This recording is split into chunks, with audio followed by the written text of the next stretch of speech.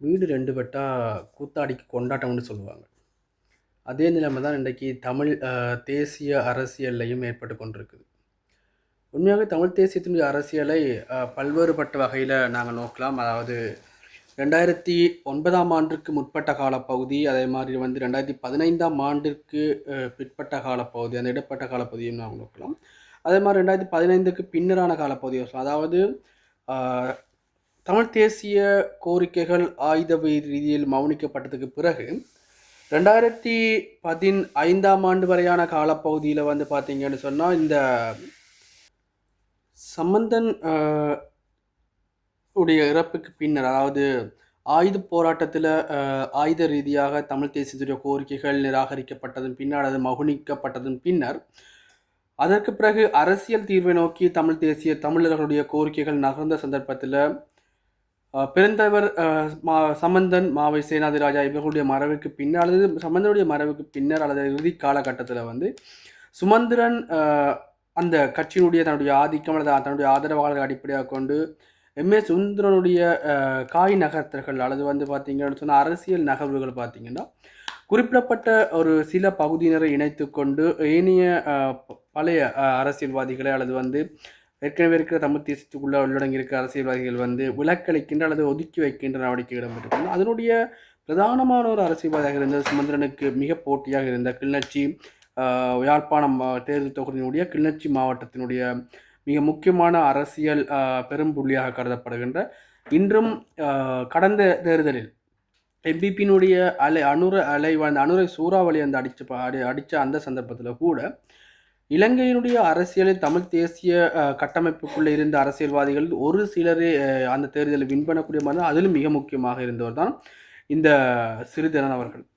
So இந்த சிறிதனுடைய கிளிநொச்சி ஏனைய மாவட்டங்களில் இருக்கின்ற தமிழர்களுக்கு இருக்கின்ற ஒரு அரசியல் நகர்வு, அரசியல் நிதானத்தினுடைய தன்மை தமிழ் தேசியத்தை இன்றும் தமிழரசு கட்சிக்கான ஒரு வாக்கு சதவீதத்தை பெற்றுக் கொடுக்கறதுல பெரிய பங்களிச்சு கொண்டு வருகிறது.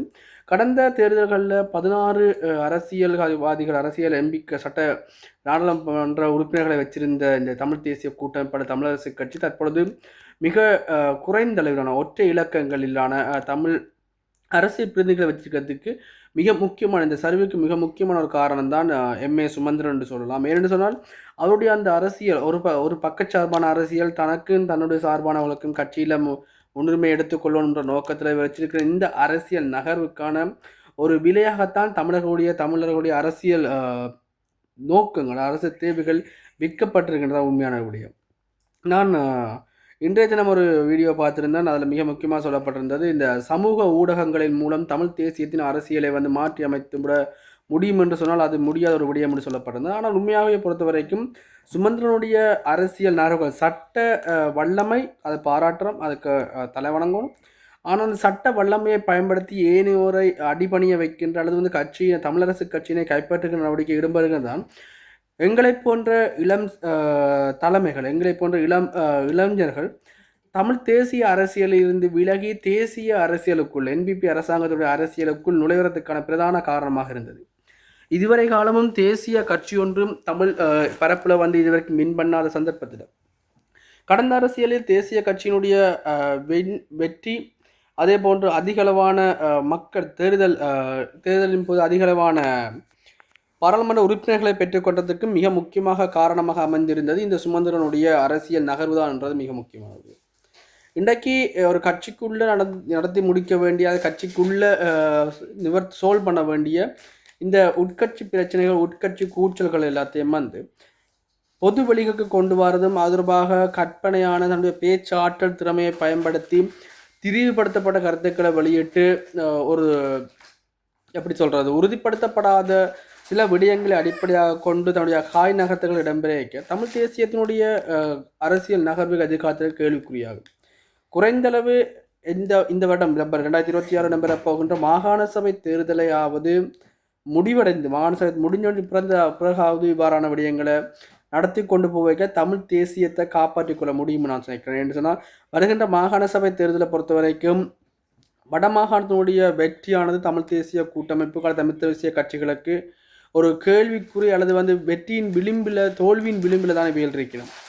ஏனென்றால் கடந்த நாடாளுமன்ற தேர்தல் அதற்கு பின்னரான மக்களுடைய இந்த மாற்றம், மக்கள் வந்து தேசிய கட்சிகளின் பக்கம் சார்கின்ற நடவடிக்கைகள் அதிகரித்து கொண்டே போகிற சந்தர்ப்பத்தில் முடிந்தளவு தமிழ் தேசிய கட்சிகள் தங்களுடைய மாகாண சபை இருப்பை தக்க வச்சுக் கொள்றதுக்காவது இந்த இந்த உட்கட்சி பிரச்சனைகளை வந்து வருகின்ற மாகாண சபை தேர்தல் வரைக்கும் கொஞ்சம் பிற்போட்டு வச்சிருந்தால் அது ஒரு பயனுள்ள தகவலாக, பயனுள்ள விடயமாக இருக்கும் என்றதான் மிக முக்கியமான. தமிழ் தேசியத்தை பாதுகாக்கணும் என்று சொல்ற தமிழோட பிரதிநிதிகள் சொல்ற இவர்கள் தங்களுக்குள் இருக்கின்ற பிரச்சனைகளை செய்யாமல், பிரச்சனைகளை முடிவுறுத்தாமல் எதிர்வருகின்ற தேர்தலில் தமிழ் மக்களுடைய பிரதிநிதிகளாக வருகின்ற முன்மொழிகின்ற அல்லது முன்னுக்கு வருகின்ற நடவடிக்கைகளிடம் வச்சுக்கொள்றது கஷ்டம்.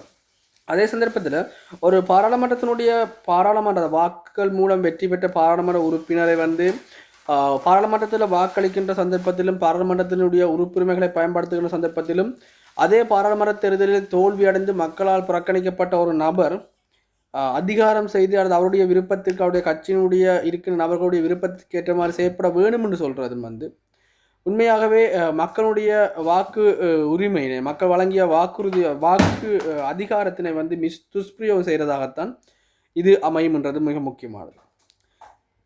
தமிழ் தேசிய கூட்டமைப்பு தமிழரசு கட்சியை பொறுத்த வரைக்கும் மிக முக்கியமாக தற்பொழுது இருக்கிற இரண்டே முகங்கள், ஒன்று சுமந்திரன், மற்றது சாணக்கியன். இவர்கள் இருவருடைய கூட்டு ஏனைய தமிழரசு கட்சியினுடைய உறுப்பினர்களுடைய வளர்ச்சியையும், ஏனைய தமிழரசு கட்சியினுடைய இருப்புகளையும், தமிழரசு கட்சியினுடைய எதிர்கால அரசியல் நடவடிக்கைகளையும் வந்து கேள்விக்குறியாக்கும் என்றதான் உண்மையான ஒரு விடயம். சிறிதனை பொறுத்த வரைக்கும் சிறிதனுடைய அரசியல் சட்ட ஆளுமை அற்றதாக இருந்தாலும் அரசியல் முதிர்ப்பு, அதே மாதிரி வந்து அவருடைய அந்த ஒரு விடயத்தை கையாளுகின்ற முதிர்ச்சி தன்மை, மெச்சூரிட்டி லெவல் தான், அந்த லெவல் தான் இங்கே வந்து என்னென்னு சொன்னால் இதுவரை காலமும் சிறிதனை வந்து தன்னுடைய இவ்வாறான பிரச்சனைகளை கூட ஒரு நேர்த்தியாக கையாளக்கூடிய சந்தர்ப்பத்தை ஏற்படுத்தி கொடுத்துருக்குன்னு சொன்னால் அதுக்கு மிக முக்கியமான காரணம் இதாக தான் இருக்கும். ஸோ இது நான் கடந்த 2-3 நாட்களாக இந்த விடயம் தொடர்பாக பேசணுன்றதுனால அதற்கான விடயம் தான் பேசியிருக்கிறோம். ஆகவே எம்ஏ சுமந்திரனை பொறுத்த வரைக்கும் கடந்த நாடாளுமன்ற தேர்தலில் ஒரு விடயம் சொல்லப்பட்டிருந்தது. மாவை சேனாதிராஜாவுக்கு அரசியலில் அந்த சீட்டு பாராளுமன்ற தேர்தலில் போட்டிடுவதற்கான சீட் வழங்காத சந்தர்ப்பத்தில் அவர் சொன்னபடியும் தான் தேர்தலில் தோல்வியுற்றவர்களுக்கு சீட் வழங்கப்பட மாட்டாதுன்னு சொல்லி. ஆகவே அந்த வாக்குறுதியாவது எதிர்கின்ற மாகாண சபை தேர்தலிலும் எம்ஏ சுமந்திரன் காப்பாற்றுவார். எம்ஏ சுமந்திரன் வந்து நாடாளுமன்ற தேர்தல் தோல்வியடைஞ்ச எம்ஏ சுமந்திரன் இந்த மாகாண சபை தேர்தலுக்கு உள்நுழைவாரா, அது உள்நுழையத்துக்கான ஆசைகள் அதிகாரங்கள் இருக்குமான்றதான் கேள்விக்குறியாக இருக்குது. என்னை பொறுத்த வரைக்கும் சிறிதரனை இப்பொழுது ஓரங்கட்டுறதுக்கான நடவடிக்கை ஆரம்பிச்சிருக்கிறதுக்கான மிக முக்கியமான காரணம் மாகாண சபை தேர்தலில் வந்து தன்னை முதலமைச்சர் வேட்பாளராக முன்னிறுத்தணுன்றதுக்காகத்தான் இருக்குமே தவிர வேற எந்த ஒரு சமூக அக்கறையோ சமூக நோக்கங்களோ இல்லை. ஆகவே இதை தமிழ் மக்கள் அதிக அளவாக மிக முக்கியமாக புரிஞ்சுக்கணும். முக்கியமாக வடமாகாணத்தில் இருக்கின்ற கிளிநொச்சி மற்றும் யாழ்ப்பாண மக்கள் அதிகமாக புரிஞ்சு கொள்ளோடும். எதிர்வருகின்ற தேர்தல் காலங்களில் வந்து இவ்வாறான பல்வேறுபட்ட நாடகங்கள், பல்வேறுபட்ட அரசியல் காப்புணர்ச்சிகள் இடம்பெறும். ஆகவே அதற்கு மக்கள் தெளிவான ஒரு விடயங்களை எதிர்கால தேர்தல் வழங்க வேண்டும் என்று சொல்றதான் மிக முக்கியமான விடயம். தொடர்ந்து இன்னும் ஒரு வீடியோவில் இணைந்திருக்கலாம். நன்றி. இணைந்திருந்த அனைவருக்கு.